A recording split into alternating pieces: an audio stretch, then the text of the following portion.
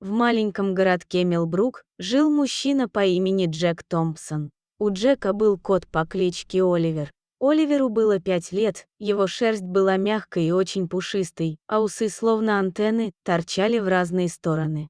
Джек не мог представить свою жизнь без Оливера. Кот был для него не просто питомцем, а самым настоящим другом, который всегда встречал его у порога после тяжелого рабочего дня. Каждое утро Оливер тихо мурлыкал, когда Джек готовил себе завтрак, и это уже стало частью их ежедневного ритуала. Питомец любил спать на подоконнике и наблюдать за птицами во дворе. Джек работал бухгалтером в местной компании. Его жизнь была спокойной и размеренной. Каждое утро он просыпался, кормил Оливера, завтракал и шел на работу. Вечером мужчина возвращался домой, смотрел телевизор и ложился спать, а Оливер всегда ложился у его ног. Так проходили его дни, неделя за неделей. Однажды утром Джек проснулся от странного звука. Оливер царапал входную дверь и громко мяукал.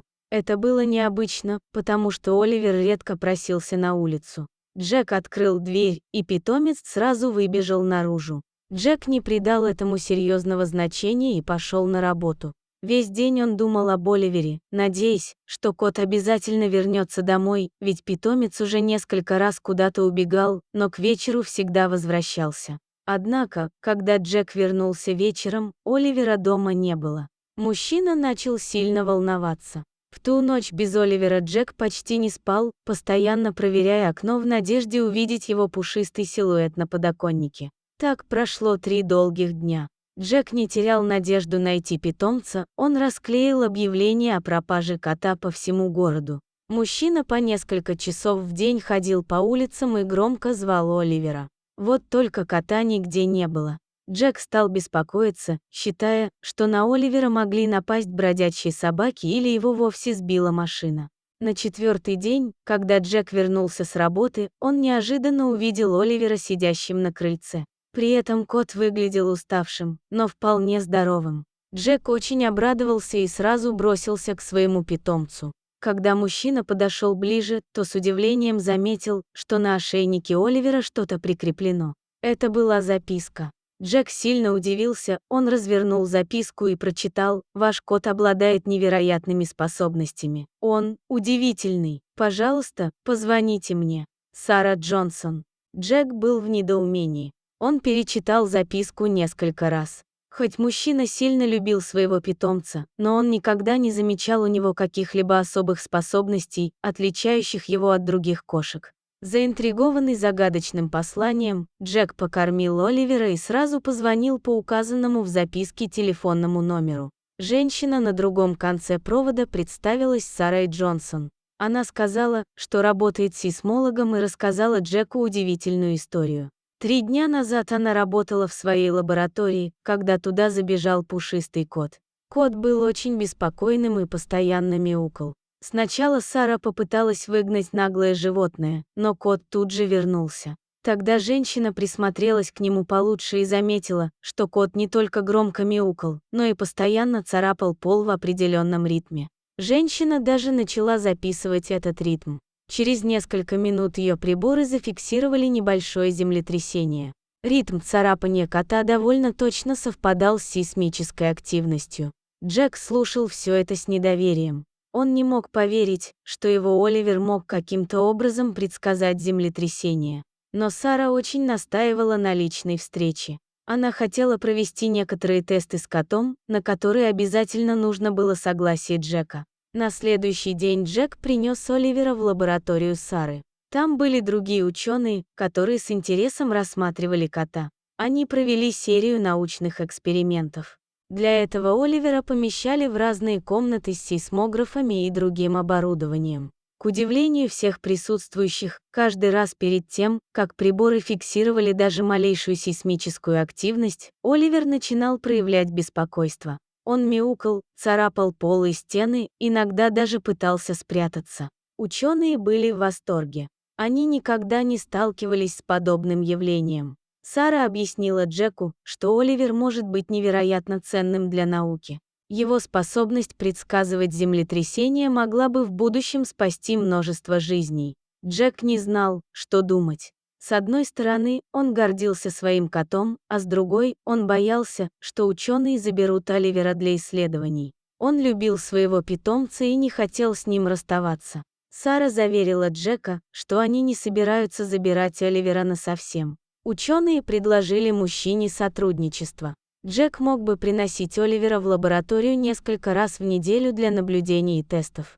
Джек согласился, но с условием, что он будет присутствовать при всех экспериментах. Он хотел убедиться, что с Оливером хорошо обращаются. Ученые согласились на его условия. Так началась новая глава в жизни Джека и Оливера. 3 раза в неделю они приходили в лабораторию. Оливер проходил различные тесты, а ученые записывали результаты.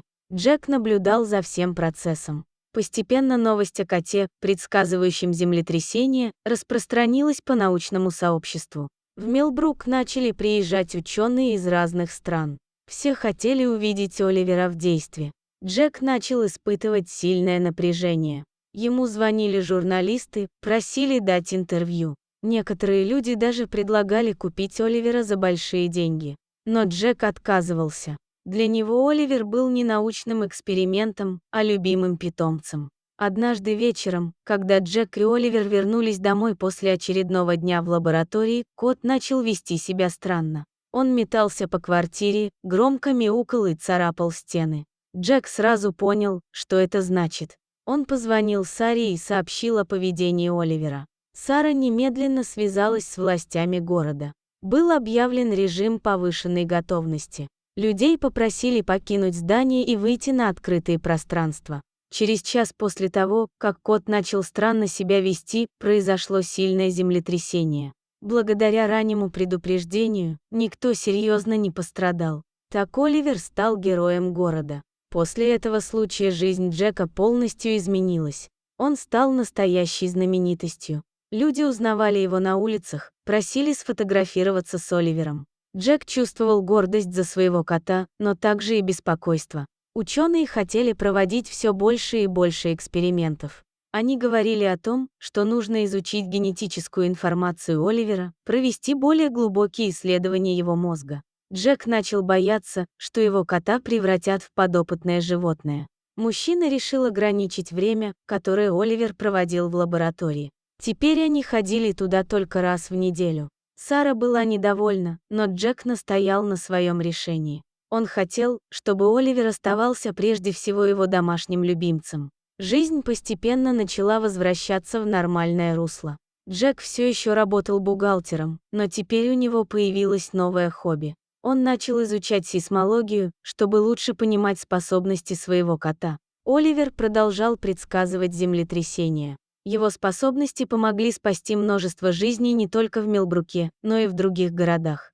Джек очень гордился своим невероятным питомцем. Прошел год с того дня, когда Оливер впервые предсказал землетрясение.